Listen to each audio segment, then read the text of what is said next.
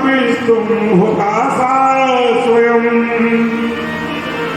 तुम ही मंत्रासमिल दर्पे पात्राणिचा, तुम सर्वस्या त्रयोदंपति देवता, अग्निहोत्रम त्वया सौम्याज्यं प्रसन्नं,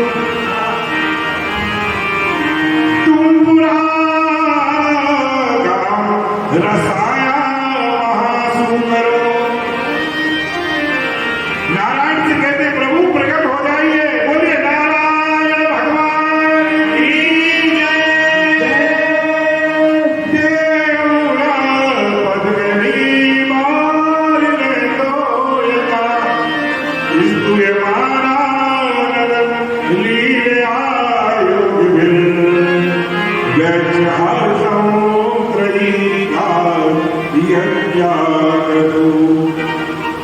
बहुत सुंदर। और अब तो भगवान को भी प्रसन्न करते हैं और कहते हैं कि प्रभु आप जल्दी से आ जाइए। हे प्रभु स्वागतम ते प्रसीद सिद्धुभ्यो,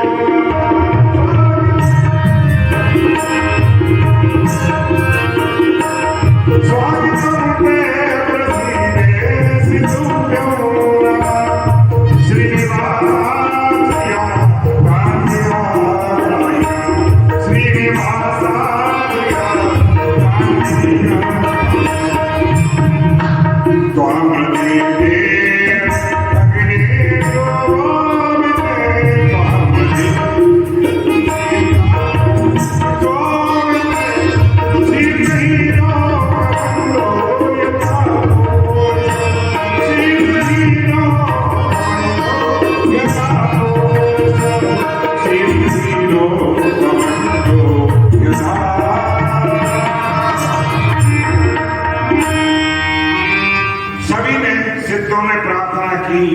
लोकपालों ने प्रार्थना की, ब्रह्मा जी ने प्रार्थना की, नमस्ते सत्यका शांताय। ब्रह्मा जी प्रार्थना कर रहे हैं, नमस्ते श्रुतशांताय धर्मधीराय चारुणे निर्गुणाय च यज्ञकाष्ठाय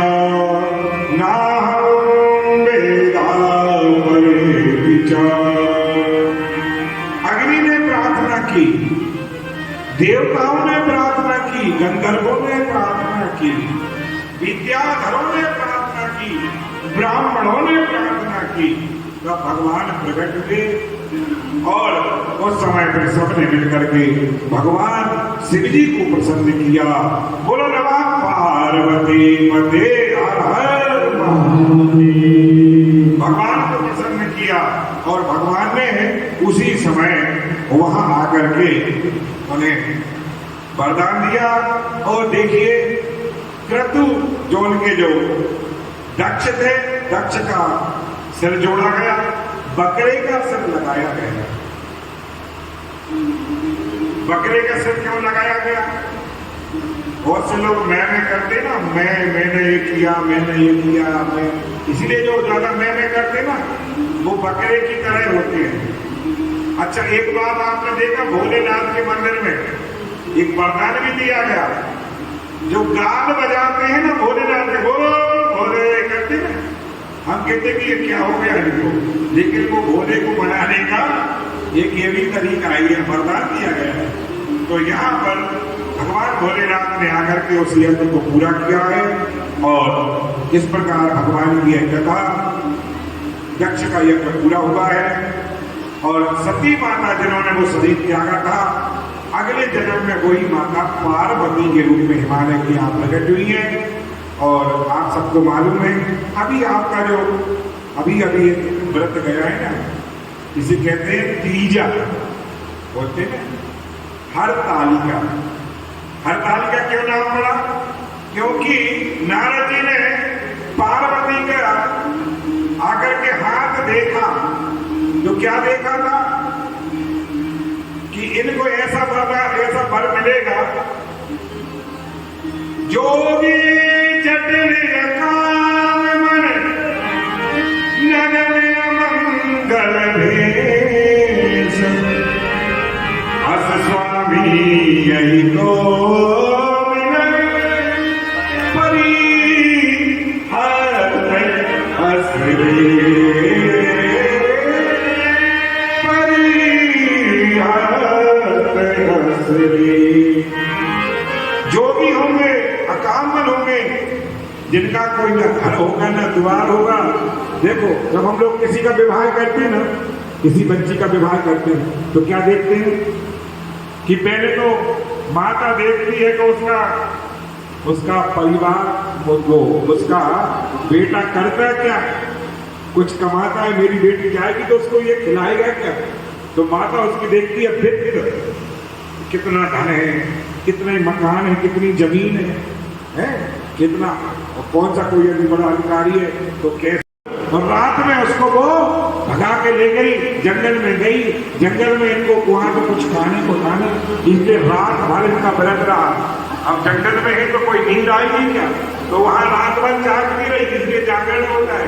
और वहां पर कुछ पूजा करने के लिए भी सामग्री भी नहीं है, इसलिए उन्होंने क्या किया, पत्ते और फूल जो फुलेरा बनाते हैं, ये पत्ते फूल का उन्होंने बनाया। और देखिए शंकर जी वहां कोई मूर्ति तो है नहीं, इसलिए जहां पर वो रुकी थी वहां एक नदी थी, उस नदी में रेत थी, बालू थी, उस बालू के शंकर पार्वती बनाकर, और उन्होंने पार्वती को अब हम लोग बनाने लगे, लेकिन उन्होंने शिव जी को बनाया और उनकी पूजन की। तो इस प्रकार फिर माता सती का शिव जी के साथ विवाह हो गया। इस कथा को हम लोग यही प्रणाम करेंगे। बोलिए नारायण भगवान की। अब एक कथा बहुत सुंदर आती है, उसके पहले हम भजन डालेंगे। बोलो बोलो श्री कृष्ण कन्हैया लाल की। अब उत्तान पाठ के भी तो आप लोगों ने कथा सुनी किसी मनु और शत्रुपा की, इनकी बेटियों की कथा चल रही थी। तीनों बेटियों के विवाह की और उनके बच्चों की कथा हुई, उनके पुत्र पुत्रियों की कथा। लेकिन अब इनके बेटा की, जिसका नाम था उत्तानपाद। उत्तानपाद की दो पत्नियां थी, एक का नाम था सुरुचि,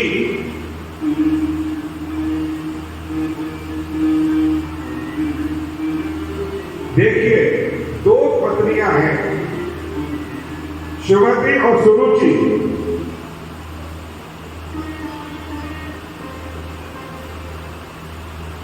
देखिए बड़ी रानी के कोई बेटा नहीं हो रहा था, छोटी रानी जो थी उसके भी बेटा नहीं हो रहा था, लेकिन भगवान की कृपा दोनों के बेटा होगा। सुनीति जो उनकी पत्नी है बड़ी वाली, उसके यहाँ बेटा होगा जिसका नाम है ध्रुव, और सुरुचि है जिसका बेटा हुआ जिसका नाम है उत्तम। एक बार सुरुचि जो छोटी रानी थी, उसका बेटा उत्तम अपने पिता की गोदी में बैठने के लिए पिताजी के पास, राजा के पास जाते हैं। लेकिन जो माँ थी, उस माँ ने उसे डांट दिया। क्या कहने लगी? सुनीति ने उसको डांट दिया कि यदि तुम्हें, सुरुचि ने उसे डांट दिया कि यदि तुम्हें अपने पिता की गोद में बैठना है तो भगवान की आराधना करो। अगर भगवान नारायण की आराधना करोगे, वो कृपा करेंगे तो तुम हमारी गोद से जन्म लोगे, और हमारी गोद से जन्म लोगे तो पिता की गोद में बैठने के अधिकारी हो गई। तब सारा पुरुषम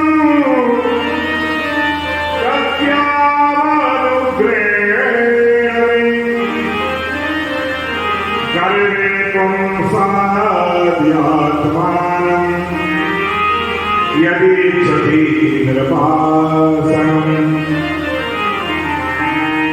आप भगवान की आराधना, तत्वा आराध्य पुरुषम, उन भगवान की तपस्या करो। ध्रुव जी महाराज रोते रोते अपने माँ के पास आए, माँ से कहा, माँ मुझे माँ ने डांट दिया मैया ने कहा चिंता मत करो। क्या कह रही है? कह रही है कि तो भगवान का भजन करो। ये भगवान का भजन क्या होता है, ये तपस्या क्या होती है? छोटे से है ना, कोई उनकी उम्र ज्यादा नहीं है, अभी 3-4 वर्ष के ये हुए। तो इन्होंने माँ से पूछा, माँ ने कहा बेटा जय हो। ऐसे ऐसे भक्त हैं भीगते हुए भी आए। बोलो वृंदावन बिहारी लाल की जय। पानी खूब गिर रहा है और भगवान का जन्मोत्सव मनाया जाएगा, बड़ा आनंद आएगा। बोलो कृष्ण कन्हैया लाल की। तो माँ ने कहा कि बेटा तपस्या करना पड़ती है भगवान की। जब भगवान की तपस्या करके भगवान प्रसन्न होते हैं, उनका अनुग्रह होता है, तब हमें अपने मन की इच्छाएं पूरी होती हैं। उन्होंने कहा मां मैं भी भगवान की तपस्या करूंगा। मैया ने कहा बेटा अपने गले से लगा दिया बेटा, अभी तेरी उम्र बहुत छोटी है, अभी तुम्हें नहीं जानते नहीं हो कि तपस्या कैसे करना पड़ती है। और जहाँ जंगल में रहते हैं वहाँ हिंसक पशु रहते हैं, जीव जंतु रहते हैं, बेटा तुम कैसे रहोगे। लेकिन अब तो क्योंकि वो क्षत्रिय पुत्र है, इसलिए उनके मन में ये ठान लिया कि अब कुछ भी हो मैं तो अब भगवान का भजन करूंगा। तो माँ को प्रणाम करके जाने लगी। माँ की आंखों में आंसू पात्र हो रहे हैं, माँ रो रही है कि ये मेरा बेटा कैसे भजन करेगा। लेकिन उसी समय भगवान ने नारद जी को भेज दिया और नारद जी ने आकर के बहुत समझाया कि बेटा अभी तुम्हारे खाने खेलने की उम्र है, जाओ अपने घर में खेलना, अपने घर में रुकना, खूब अपनी माँ के साथ में, माँ खूब खिलाएगी तुम्हारे लिए। लेकिन वो नहीं माने। तब नारद जी ने उनको एक मंत्र दिया। कौन सा मंत्र दिया? देखो नारद जी के 4 शिष्य हैं, 2 शिष्य बहुत छोटे हैं। देखो नारद जी का नाम ही नारद इसलिए है क्योंकि ये जो कह देते हैं ना वो कभी रद्द नहीं होता। नारद, जिसकी बात कभी रद्द ना हो उसका नाम नारद। आजकल लोग कहते हैं कि नारद इसलिए कहते हैं कि ये इधर बढ़ा देते हैं, ऐसा नहीं है। नारद जी आजकल तो हम लोग ये देख रहे हैं, हमें सामने यंत्र चल रहा है, इनके माध्यम से, इसके माध्यम से हम कई लोग देख रहे हैं। लेकिन पहले ये खबर कहीं लगने वाली नहीं थी, कहीं पहुंचती नहीं थी। तो नारद जी क्या करते थे, इधर की खबर वहां पहुंचाना, वहां की खबर यहां पहुंचाना। इसीलिए आज भी पत्रकार लोग नारद जी को अपना गुरु मानते हैं। और आपने देखा भी होगा नारद जयंती आती है उस समय पत्रकार लोग एक प्रोग्राम रखते हैं, क्योंकि उस समय नारद जी खबर देने वाले थे। तो नारद जी ने इनको एक मंत्र दे दिया, अपना चेला बना लिया। कौन सा मंत्र दिया? जिसमें 12 अक्षर आते हैं, आप सब लोग जानते हैं। ओम नमो भगवते वासुदेवाय। इस मंत्र को उन्होंने कह दिया और उनको दर्शन करने की विधि बताई। अब द्रौपदी महाराज चलते हैं, यमुना के किनारे पहुंचे, वहां पर एक तपस्या करने लगे।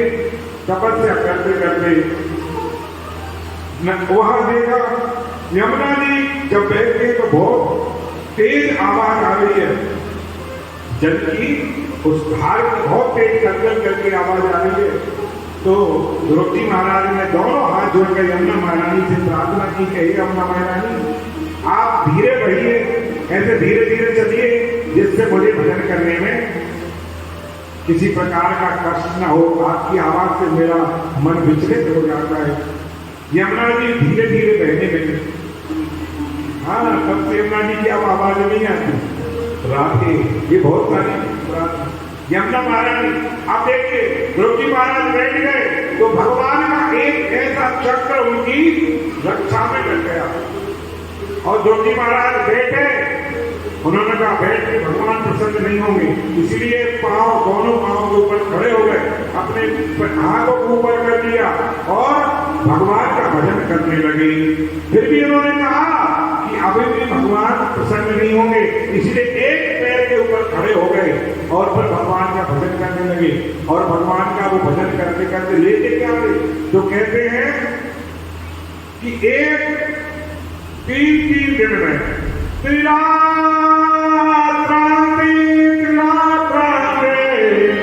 कभी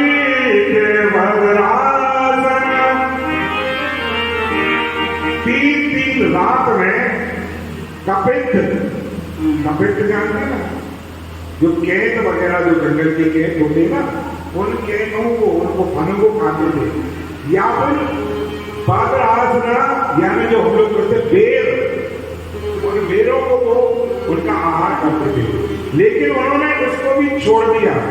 फिर क्या करने लगे, फिर 3 रात में 6 दिन के बाद में 6 रात्रि के बाद में केवल जल को पीकर रहे। इतनी तपस्या करना पड़ी। फिर 3 रात में उसको भी छोड़ दिया 6 रात्रि के बाद। फिर 9 रात्रि में केवल वायु का आहार करते थे और फिर उसको भी छोड़ दिया। 12 दिन में केवल एक बार श्राद्ध लिए थे। इस तरह उन्होंने बहुत कठिन तपस्या की। और क्या करते हैं, ओम नमो भगवते वासुदेवाय, ओम नमो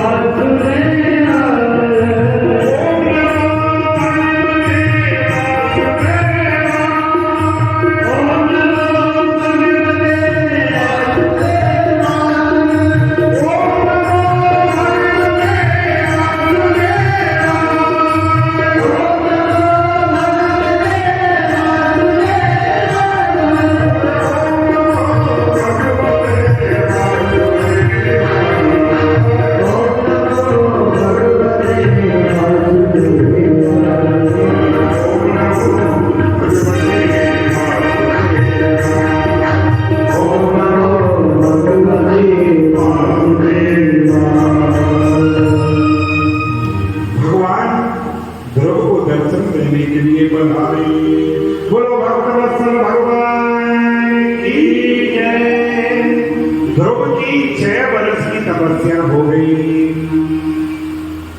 और ध्रुव जी हैं कितने, 6 माह की तपस्या हो गई। और ध्रुव जी हैं कितने वर्ष के, 5 वर्ष के। अच्छा। 5.5 वर्ष में तो ये तपस्या करने चले गए थे। 6 महीने में ही उनको भगवान का दर्शन हो गया। अब देख ऐसा हो सकता है, भगवान को जब हम फूल चढ़ाते हैं ना, फूल चढ़ाते हैं तो कैसे चढ़ाते हैं, ताजा फूल चढ़ता है, बासा फूल चढ़ाते हैं क्या, और भगवान स्वीकार करेंगे क्या। तो हम लोग जब किसी काम के नहीं रहेंगे तो जब हम भजन करेंगे, अरे भजन करो अभी, भजन करो हरी जवानी में बुढ़ापा किसने देखा। भजन करो हरी जवानी में बुढ़ापा किसने देखा।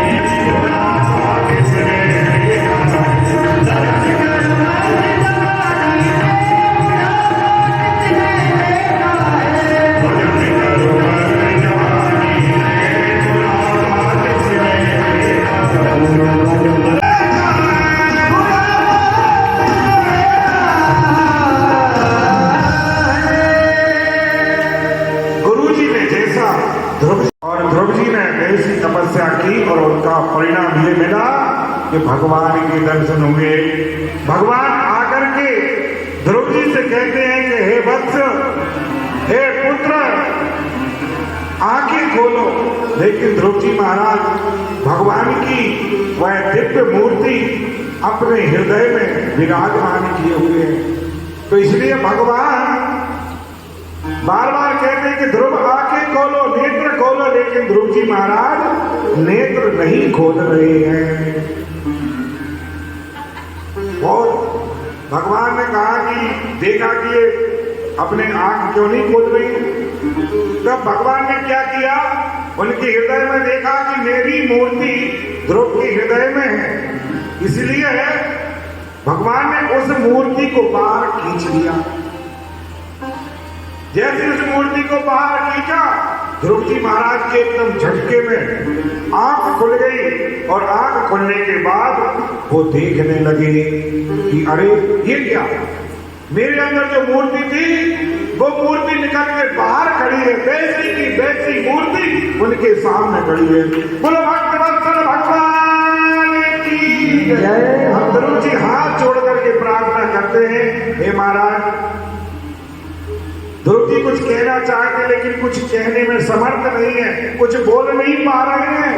भगवान ने कहा कि छोटा सा बच्चा है, क्योंकि जब हम किसी व्यक्ति को किसी चीज को हम लोग चाहते हैं और एकदम वो सामने आ जाए तो कुछ कहने में एकदम हम लोग किम कर्तव्य विमूढ़ जैसे हो जाते हैं, अब क्या करें। तो ध्रुव जी महाराज कुछ कहना चाहते हैं लेकिन कुछ बोल नहीं पा रहे हैं। भगवान ने हाथ में भगवान के सशंख चक्रम स किरीट कुंडलम, हाथ में भगवान के क्या था, शंख था।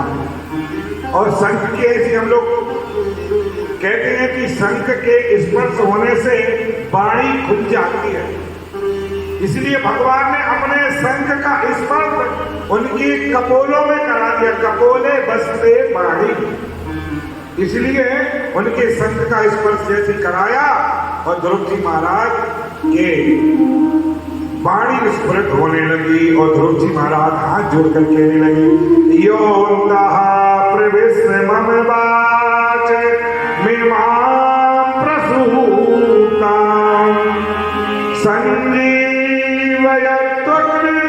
शक्तिधरा सुधाना अन्यास्य हस्तचरण श्रवण प्राणानां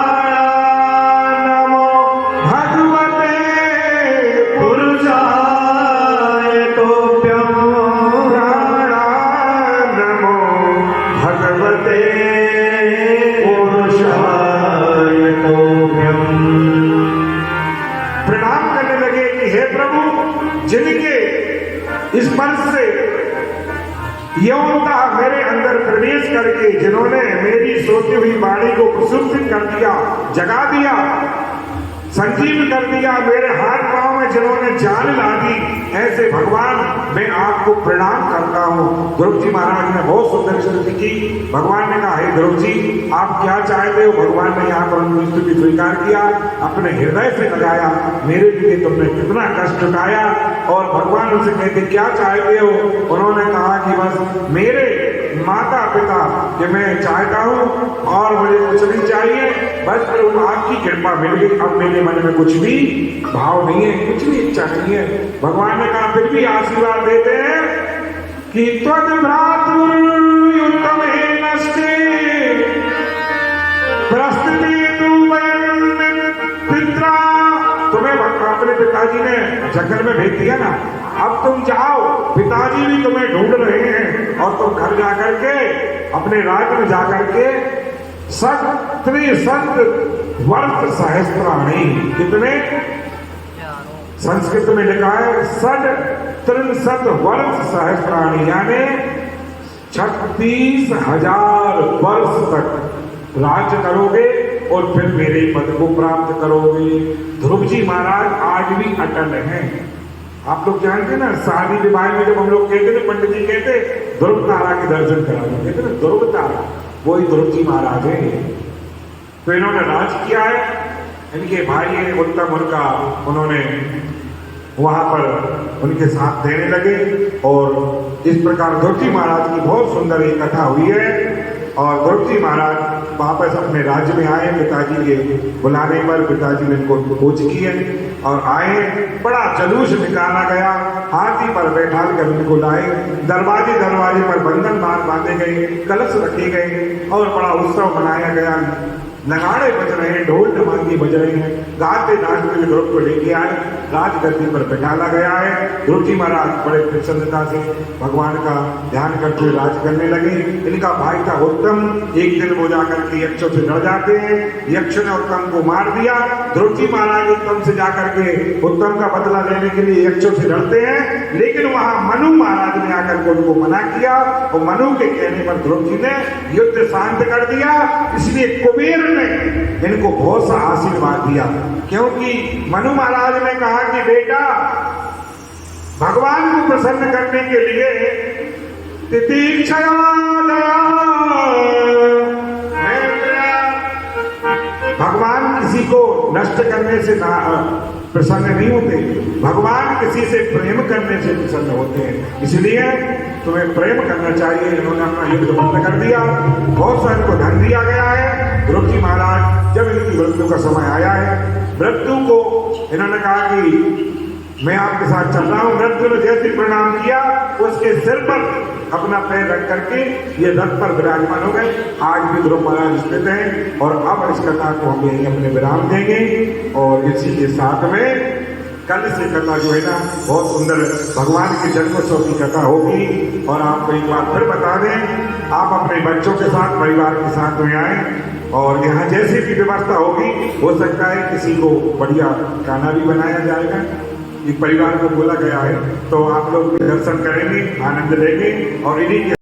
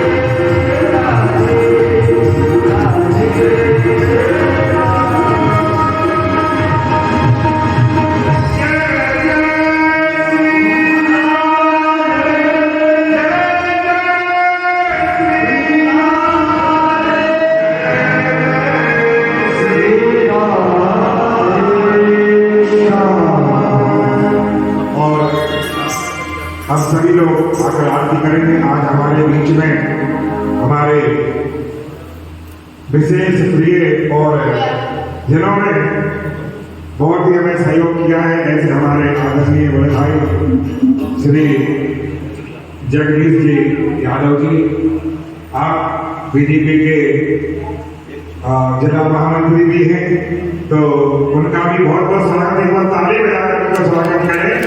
बहुत बहुत धन्यवाद। और हमारे बीच में हमारे भैया श्री सुखदेव जी भी यहाँ पर हैं, जो रोज यहाँ पर आकर अपनी सेवा दे रहे हैं, सब भैया। और हमारे बाबा जी भी यहाँ पर नित्य प्रति अपनी सेवा दे रहे हैं। हमारे यजमान हमारे माता जी श्री स्वामी जी और हमारे श्री अनीता तिवारी जी, श्रीमती अनीता तिवारी जी भी यहाँ पर हैं, उनका भी बहुत बहुत स्वागत है।